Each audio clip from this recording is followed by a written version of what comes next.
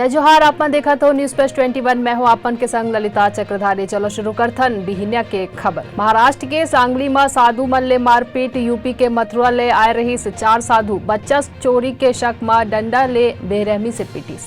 Uzbekistan के समरकंद में शिखर सम्मेलन के शुरुआत। पीएम मोदी हो ही रवाना। अभिनेत्री जैकलिन फर्नांडिस ले दिल्ली पुलिस के आर्थिक अपराध शाखा आज कर ही पूछताछ। ओडिशा में ट्रक चोरी रैकेट के भांडाफोड़ 9 लोगन ला करे गई गिरफ्तार। सरकार हा कैंसर के इलाज में इस्तेमाल होए वाले 4 दवा ला आवश्यक सूची में जोड़िस।